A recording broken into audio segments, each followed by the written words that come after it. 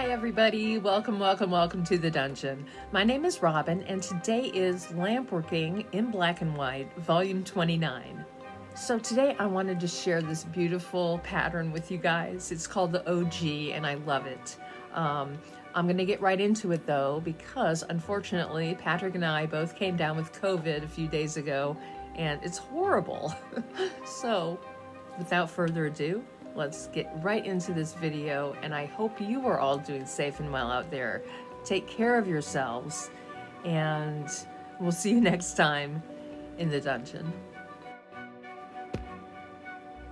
Okay, I'm going to start out by showing you a couple different examples of the Ogee pattern that I was influenced to make on this piece today.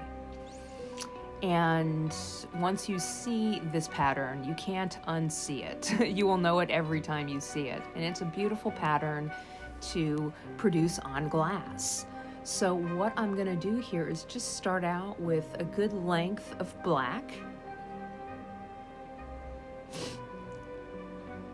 This video is going to be a little longer than normal because I do show a bit of real time in this when I'm laying down the pattern. And the reason why is because I wasn't very shaky this time, so it made me really happy to be able to slow things down and show you what's really going on here in a little bit more detail. So once I have my black on the mandrel, I will roll it out so my edges will be nice and crisp. I'll roll it out, heat the edge up, and then just kind of pull it in a little bit on the side of my marvering table. And that really helps me out to get a really nice base shape for the bead I'm gonna make. So on top of that, I'm going to add some wraps of black, and I do not add it to the very edge. I just add it slightly in to the edge of the glass.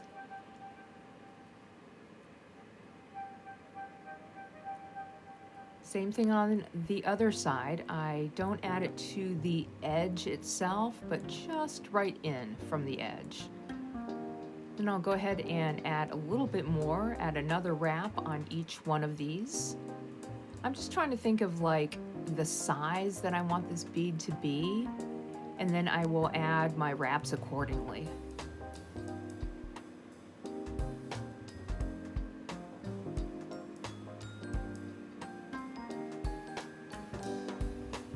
I'll do a couple more kind of sloppy ones here in the middle.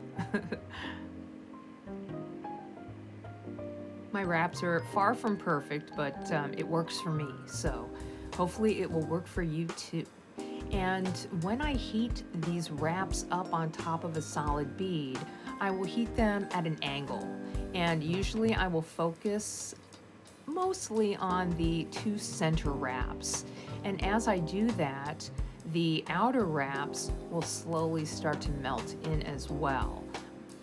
Most of the time this will not affect the very edge though, and that's why I guess I like to do it this way.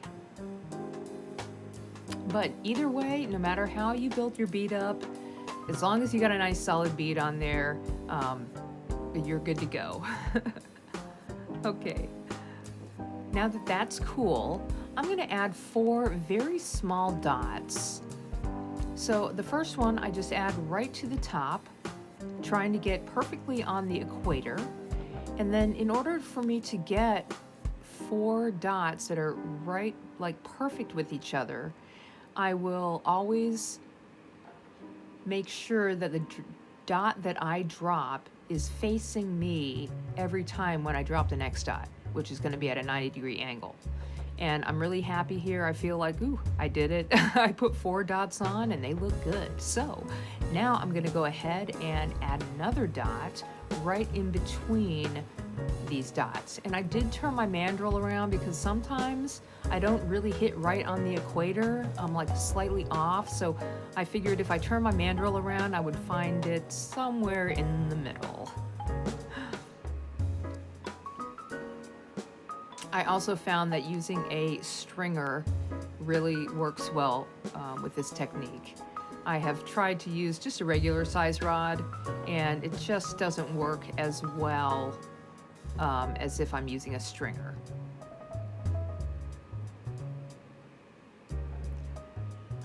Now this whole sequence is very interesting to me because I will add 4 dots on the bottom, and as soon as I laid these down, you see that I am looking and going, oh shoot, this is not right.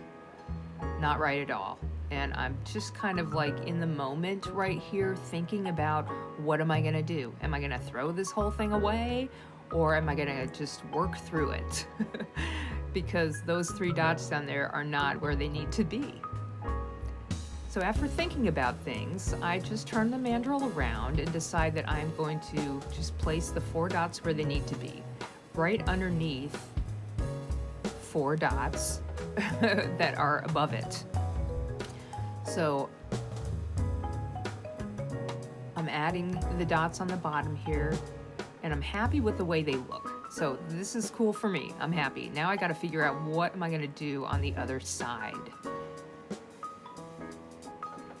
And after thinking about it, I decided, okay, I am just going to show how you can get rid of a dot by heating it up, pushing into it, and just pulling out that whole dot of white. And I do this 2 times. I want to get rid of 2 dots.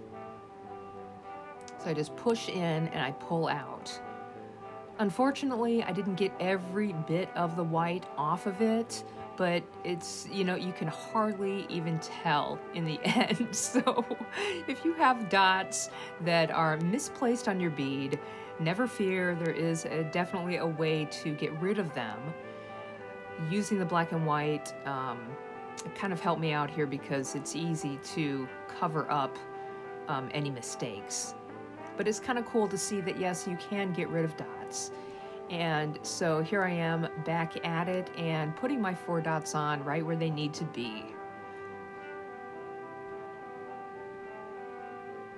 Okay, so I'm just going to heat everything up.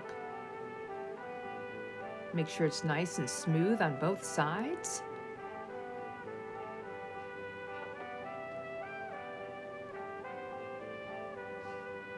You don't necessarily have to use the Marvering, paddle or anything like that. You can just reheat it, and as long as it rounds out really nice to you, then keep going.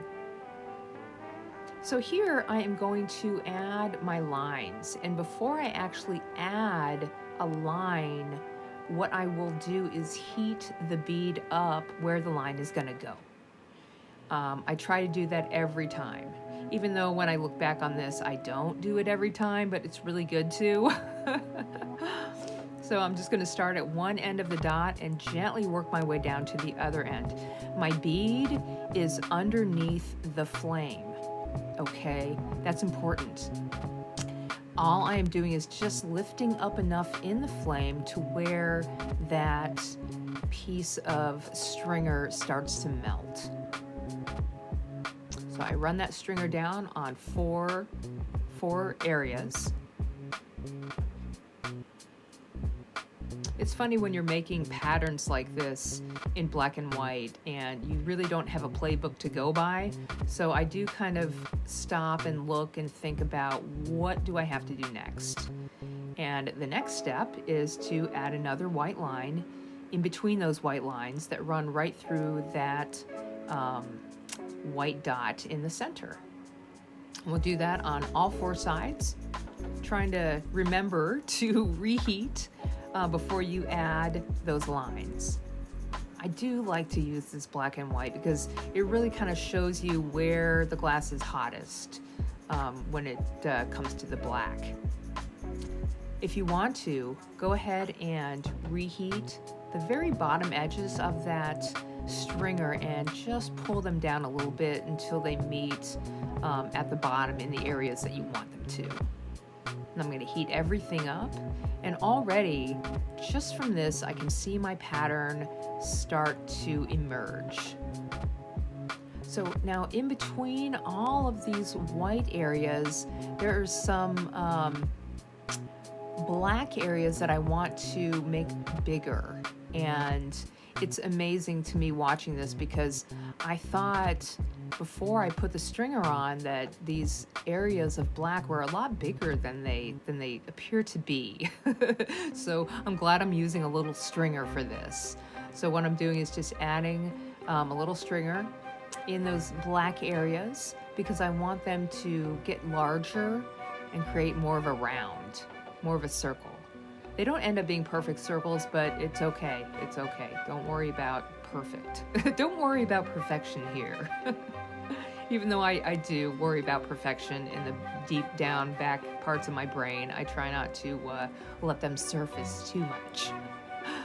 Okay, so I'm going to do the same thing on the other side, just adding these black dots, doing your best to make sure that everyone is relatively the same size.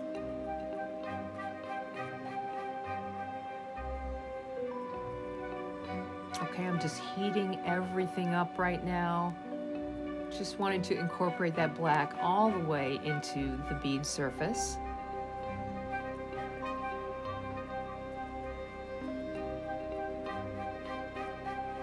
Okay, every time I come out of the flame, you know, there's always this moment of looking and seeing and going, what now? What next? What next?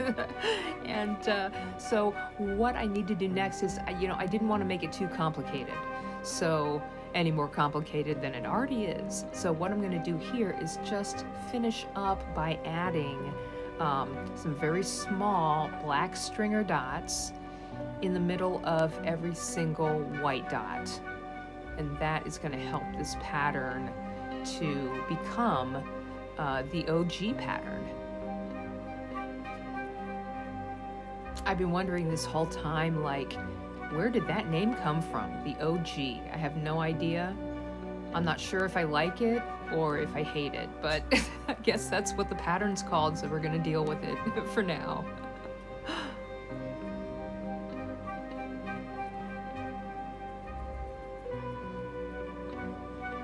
So as I'm adding these dots, I'm just like heating in the very edge of the flame to get a small amount of glass hot and then dropping it on my bead. And then I will come back into the flame to make sure that the stringer is cut off from the dot.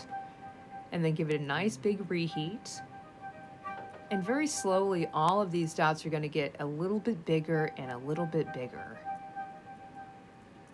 And that's what is going to enhance the pattern. Okay, so now I'm going back in with a white right on top of every one of those black dots.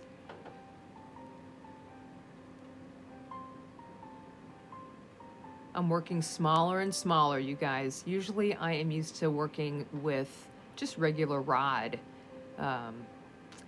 but there is so much you can do when you move into a stringer territory. You can really get some nice details here. So I'm just finishing up, adding these white dots in the middle of the black dots at the bottom. If you feel like you need to, just reheat everything and then continue adding dots. It's easy for the dots to pop off if you don't, you know, give them a little bit of a reheat later on. Okay, and I'm reheating it now. And I'm really happy with this and what we have done here today. This is a beautiful Ogee pattern, and I hope you guys enjoy this and give it a try. It is truly a beautiful pattern to behold and lots of fun to make. So thank you guys so much for watching this week. I really appreciate it. And on that note, we will see you guys next time in the dungeon.